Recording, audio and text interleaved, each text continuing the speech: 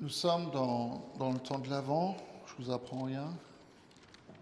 Il y a un signe qui ne trompe pas, qu'on est dans le temps de l'Avent, c'est qu'il y a 2 bougies qui brûlent ou une bougie qui brûle sur l'autel, sur une couronne. Je voudrais juste nous rappeler ce soir, comme je le fais tous les ans, parce que c'est important de le dire, que le temps de l'Avent, ce n'est pas juste un temps où on se prépare à fêter Noël, même si ça en fait partie, mais le temps de l'Avent, c'est un temps où nous nous préparons au retour de Jésus.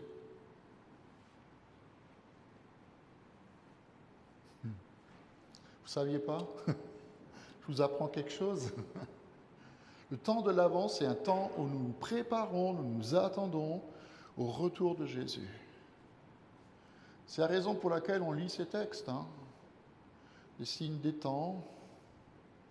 C'est la raison pour laquelle le thème de ce dimanche, du 2e Avant tous les ans, c'est le même thème, c'est le Rédempteur vient. Le Rédempteur, c'est celui qui nous rachète. En fait, ce n'est pas un mot qu'on utilise dans le langage courant, ça existe nulle part ailleurs que dans le monde spirituel. Les Juifs l'utilisent, les chrétiens l'utilisent, les musulmans l'utilisent. On parle de rédemption, mais que dans ces milieux-là. On ne parle pas de rédemption, sauf, voilà, parce qu'on veut être intelligent dans le monde. Le Rédempteur vient, c'est-à-dire celui qui vient pour nous délivrer, celui qui vient nous racheter, celui qui vient nous libérer. Et il ne vient pas comme un bébé qu'on a couché dans une crèche, il ne viendra pas la 2e fois comme il est venu la première fois. Il viendra de manière différente, et nous l'avons entendu, avec puissance et dans la gloire. Et c'est ce Jésus-là que nous attendons. Nous n'attendons pas le petit Jésus. Le petit Jésus, ça fait 2000 ans qu'il est né, ça fait 2000 ans qu'il est venu sur la terre. Ce n'est plus le petit Jésus que nous attendons le roi des rois et le seigneur des seigneurs. Et on vient de le chanter, le lion et l'agneau. Il a été l'agneau la première fois, maintenant il va venir comme un lion. Alors c'est une image, N'allez pas dire que Jésus a une crinière et qu'il... Non, c'est juste une image. Mais c'est une image qui est forte. Et c'est comme ça que le Seigneur va venir. Et nous sommes en plein... Je vous le dis, frères et sœurs, nous sommes dans ce temps de préparation.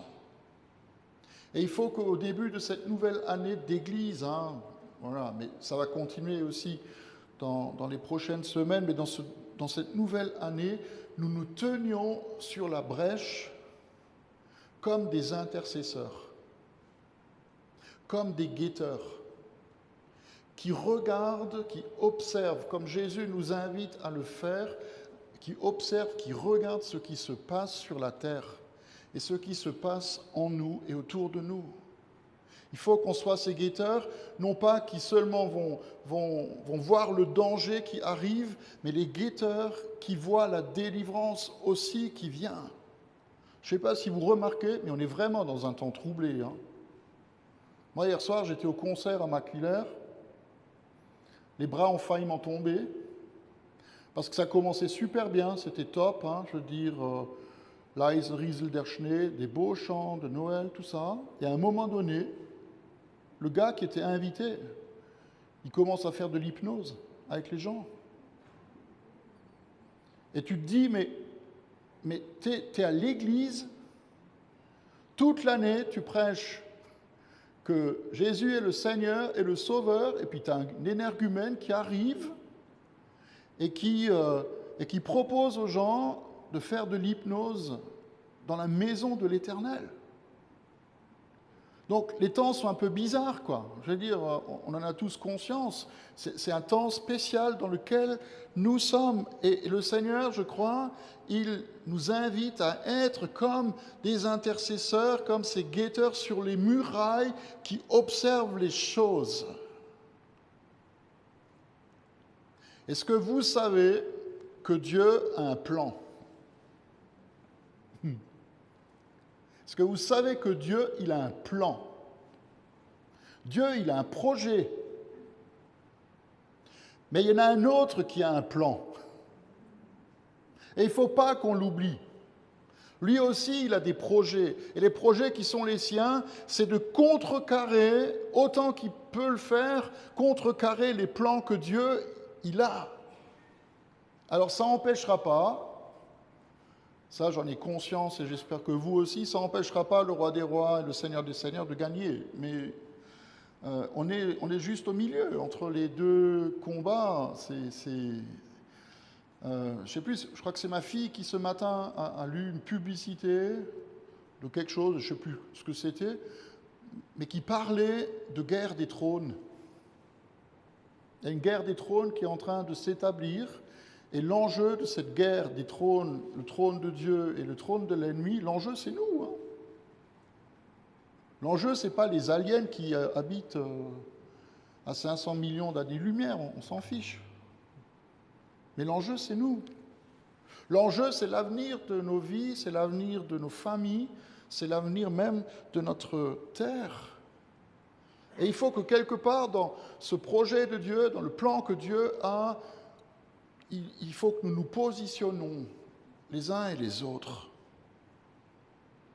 Quand on regarde ce qui se passe autour de nous, on a le choix ou bien de les subir,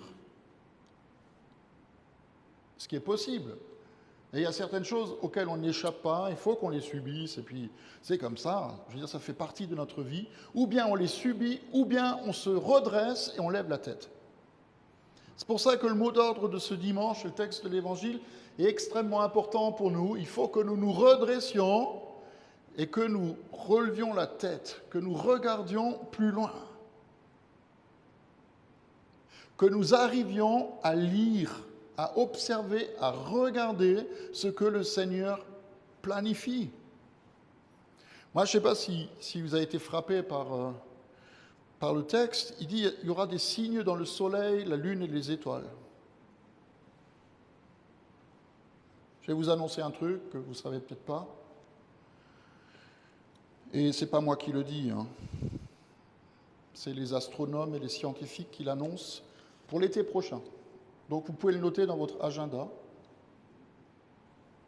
L'été prochain, on va assister à un phénomène auquel personne n'a jamais assisté. C'est qu'on va assister à la collision de deux étoiles. Ce n'est pas moi qui le dis, ce sont les scientifiques qui le disent. Et j'ai regardé sur Internet, dans le National Geographic, hein, on ne peut pas dire que ce soit un magazine spécialement farfelu. Ok ? Ils ont écrit la chose suivante, écoutez ce qu'ils ont écrit. Pour la première fois de l'histoire, regardez, hein, tapez Google, National Geographic, étoile, collision, été 2022, regardez. Pour la première fois de l'histoire, des astronomes prédisent l'explosion d'un système stellaire précis au cours d'une période définie qui le rendra 10 000 fois, écoutez bien, 10 000 fois plus brillant qu'il ne l'est aujourd'hui. Cette explosion, elle sera visible à l'œil nu depuis la Terre et sera aussi étincelante que l'étoile polaire qui indique le pôle Nord. L'éruption résultera de la fusion de deux étoiles qui tournent l'une autour de l'autre dans une espèce de danse cosmique. La durée de l'entrée en explosion devrait permettre aux parents qui enseignent l'astronomie à leurs enfants de leur montrer du doigt l'endroit précis où jaillira cette nouvelle étoile.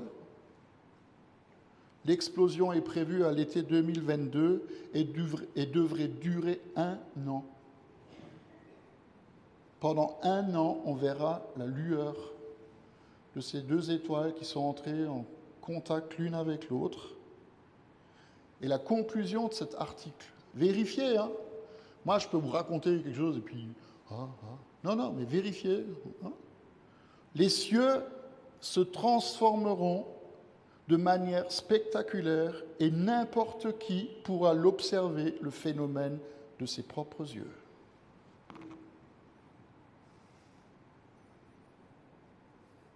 Je vous donne rendez-vous à l'été 2022.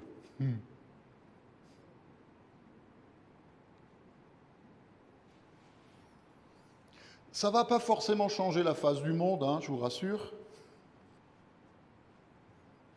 parce que ça se déroule à 1800 millions d'années-lumière. C'est assez loin. Vous risquez rien. D'accord ? Mais quand j'entends que les cieux se transformeront de manière spectaculaire et qu'on pourra le voir à l'œil nu, ça m'interpelle quand je lis ce que Jésus nous dit. Pour moi, c'est quelque chose qui est juste prophétique, c'est rien d'autre. C'est juste prophétique. Il faut que le Rédempteur puisse venir, et pour ça, il faut que nous rachetions le temps. Il faut que nous nous tenions sur la brèche et que nous entrions dans ce temps de prière, d'intercession, mais aussi de repentance. Je voudrais juste dire un mot par rapport à la repentance. C'est un gros mot pour beaucoup de gens, mais la repentance, ce n'est pas juste demander pardon pour soi-même ou pour les autres. Et je crois que les autres, ils en ont plus besoin que nous, non? Généralement, c'est comme ça. Bon. Mais la repentance, c'est revenir à Dieu de tout son cœur et recommencer à penser comme Dieu pense. La repentance, c'est ça. C'est pas juste « je te demande pardon parce que j'ai marché sur une mouche » ou parce que j'ai dit un gros mot. La repentance, c'est je recommence à penser, ou je commence à penser comme Dieu pense. C'est-à-dire que je rentre dans les projets de Dieu pour ma vie, mais aussi pour le monde. Pour que la grâce de Dieu puisse couler et que la guérison puisse venir sur le pays. Moi, je dis, je ne suis pas le seul à le dire, mais que la France, elle a besoin de la prière des chrétiens.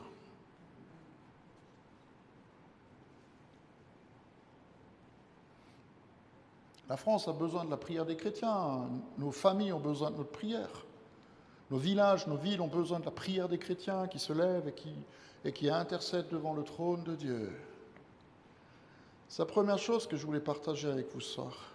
Il faut vraiment qu'on se tienne sur la brèche, qu'on regarde ce qui se passe. Deuxième chose que je voulais partager avec vous, c'est que c'est une vision qu'on a eue il y a très très très longtemps, quand on est arrivé ici à Diemringen, mais elle continue de nous poursuivre, et elle va nous poursuivre, je pense, jusqu'à la fin de notre ministère ici. C'est la vision du fleuve qui coule au milieu et qui sort du trône. Et c'est la vision d'Ézéchiel, 47, c'est l'avant-dernier chapitre de son livre, le fleuve qui sort du trône de Dieu, dans lequel il nous invite à entrer, dans lequel il nous invite à pas seulement à mouiller le gros orteil, mais vraiment à rentrer dedans, à lâcher prise, à nous lâcher dans ce fleuve-là. Et dans l'image de Ézéchiel, sur le bord du fleuve, il y a des arbres fruitiers. Jésus parle aussi des arbres. Regardez les arbres. Jacques, dans son épître, il a parlé de la patience de l'agriculteur qui regarde, qui attend le fruit de la terre et qui observe aussi les saisons, qui sait quand les arbres bourgeonnent que l'été est proche. Il y a des arbres fruitiers de toutes sortes qui poussent au bord de ce fleuve, voit Ézéchiel, qui donne du fruit tous les mois à cause de l'eau qui sort du trône et dont les fruits servent de nourriture et les feuilles de guérison.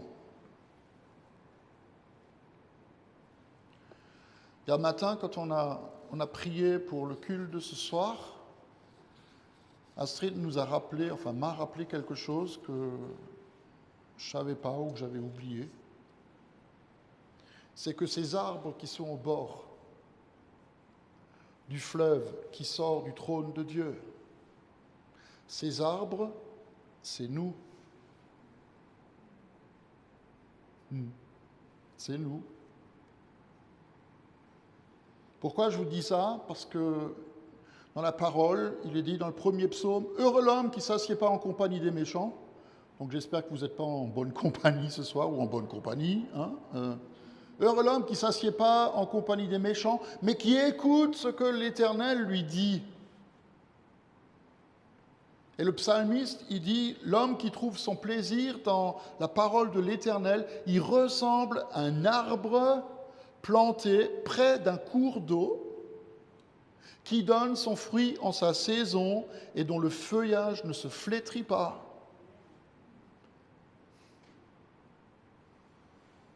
Et on oublie la dernière partie de ce verset qui dit « Tout ce qu'il fait, cet homme planté près d'un courant d'eau, lui réussit. » Frères et sœurs, si vous avez envie de voir quelque chose réussir dans votre vie, il faut que vous soyez plantés près du fleuve de Dieu.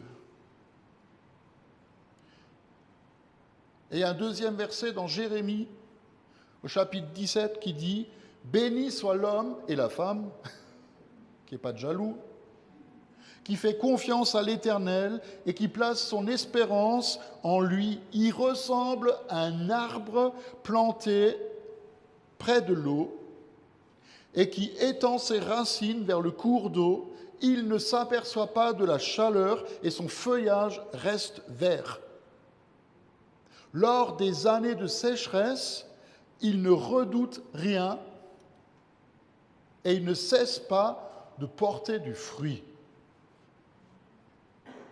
Il faut que nous relisions ces passages. Je les répète, Psaume 1, Jérémie 17. Il faut que nous relisions ces passages, que nous nous approprions ces passages et que nous nous voyions comme Dieu nous voit, comme des arbres plantés en lui, qui portent du fruit, qui sert à la nourriture, pas pour soi-même, pour les autres. C'est-à-dire que le Seigneur nous appelle à faire du bien autour de nous, à proclamer de sa part une année de grâce, que nous soyons vraiment dans le plan qui est le sien et que nous servions. Pour ça que je le dis ce soir, que nous servions de guérison pour les autres. Vous savez, ce que l'ennemi veut absolument empêcher, c'est que nous continuions à prier pour les malades.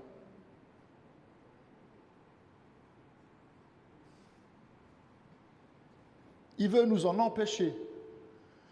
Et alors, il y a plein de pensées qui viennent, ça ne sert à rien, on a essayé, ça ne marche pas, plein de choses. Il veut qu'on arrête de prier pour les malades. Et bien, moi, je dis non. Pourquoi ? Parce que on est comme des arbres, on veut être comme des arbres plantés près des courants d'eau, dont les feuilles servent à la guérison, pas seulement de notre propre vie, mais de la guérison des nations. Si les chrétiens ne se lèvent pas dans le temps de l'Avent, mais qui c'est qui va se lever ? Ça, c'était la deuxième chose. Ça va ? Vous tenez encore le coup ? Il y a encore une troisième ? Ça va ? Sinon, j'arrête. Non ? Troisième chose, c'est que nos frères et sœurs juifs, ce soir, ils allument la dernière bougie de Hanouka. Pour ceux qui ne savent pas ce que c'est que Hanouka, c'est une grande fête pour eux, qui ressemble un peu à Noël pour nous.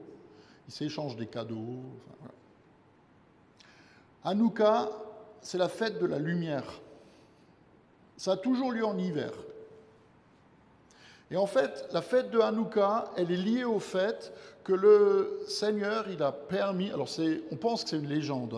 Il n'y a pas de trace dans la parole de cette histoire-là. Mais quand ils ont reconstruit le temple de Jérusalem, après avoir vaincu les troupes de Hérode Antipas, alors c'est dans l'histoire, 3e siècle avant Jésus-Christ, il fallait que la présence de Dieu, qui est symbolisée par le chandelier, que le chandelier brûle. Et puis, ils n'avaient pas d'huile. Ils n'avaient pas d'huile pour alimenter le chandelier. Et ils ont juste trouvé une petite fiole d'huile qui ne pouvait servir que pour un jour, en temps normal. Puis ils ont pris cette petite fiole d'huile et ils l'ont mise sur la Hanoukia, le chandelier, non pas à 7 branches, mais le chandelier à 9 branches. Et le chandelier, il a brûlé pendant 8 jours avec juste ce petit peu d'huile. C'était un vrai miracle. Et les Juifs, aujourd'hui, tous les ans, ils continuent de célébrer cette fête-là, de rappeler que l'Éternel est ma lumière et mon salut.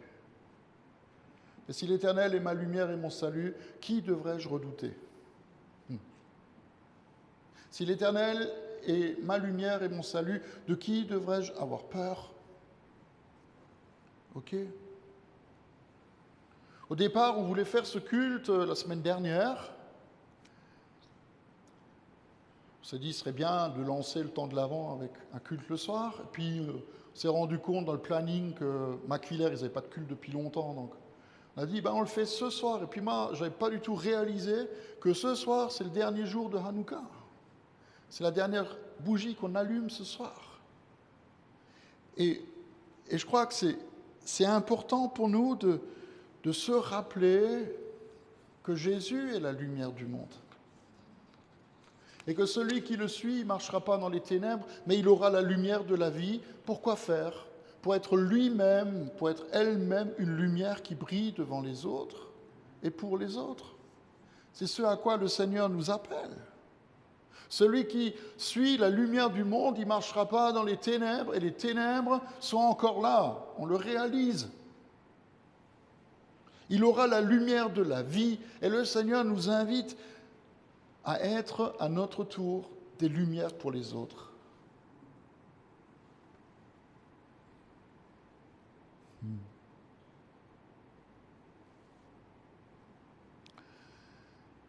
Il faut qu'on relise la parole.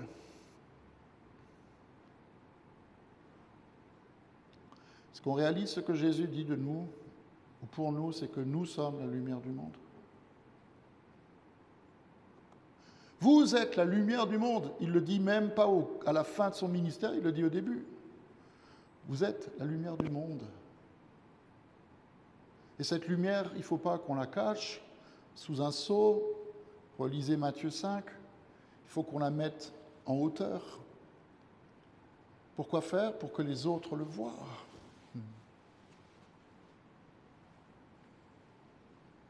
Et si on est dans cette lumière du Seigneur et qu'on est nous-mêmes lumière et qu'on marche dans la lumière, je vais le dire comme ça, il ne faut pas qu'on soit étonné si les choses ne vont pas trop bien pour nous.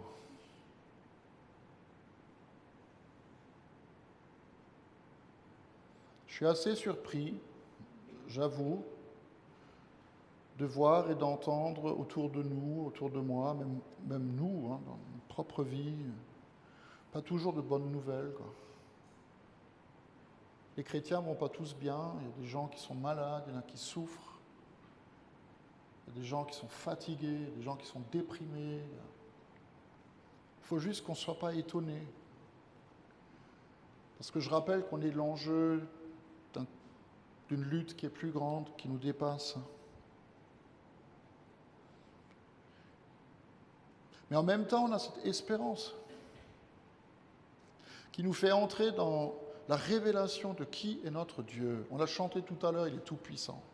Amen. C'est pour ça que je vous ai demandé, est-ce que vous croyez? Dieu est tout-puissant. Est-ce que vous croyez que Dieu est tout-puissant?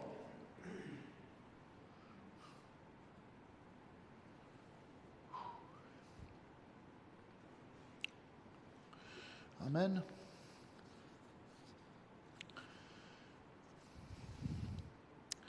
Je voudrais qu'on puisse se prendre du temps juste pour se placer devant le Seigneur.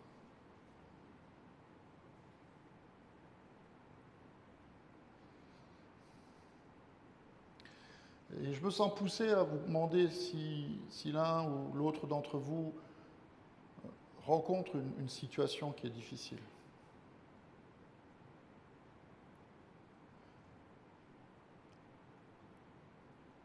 Que ce soit dans sa propre vie, dans sa santé ou dans sa maison.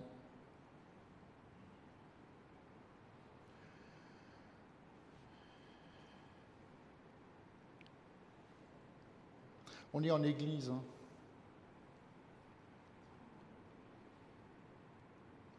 Je suis persuadé, je le resterai encore très longtemps, jusqu'à ma mort, que la prière des frères et des sœurs, elle est efficace.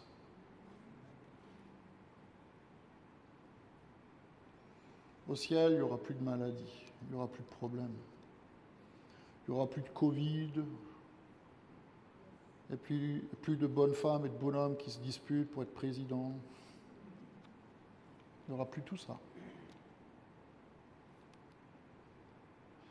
Le problème, c'est qu'on est entre les deux, quoi. On n'est pas encore au ciel, le ciel n'est pas encore là, mais nous avons un grand Dieu.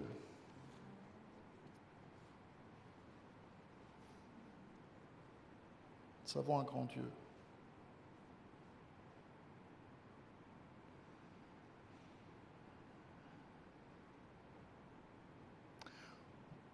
On va chanter.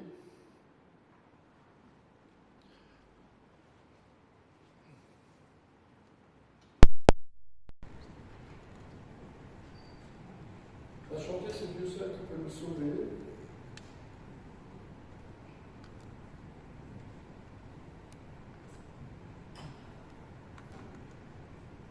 On peut chanter comme on chante, voilà. On peut aussi le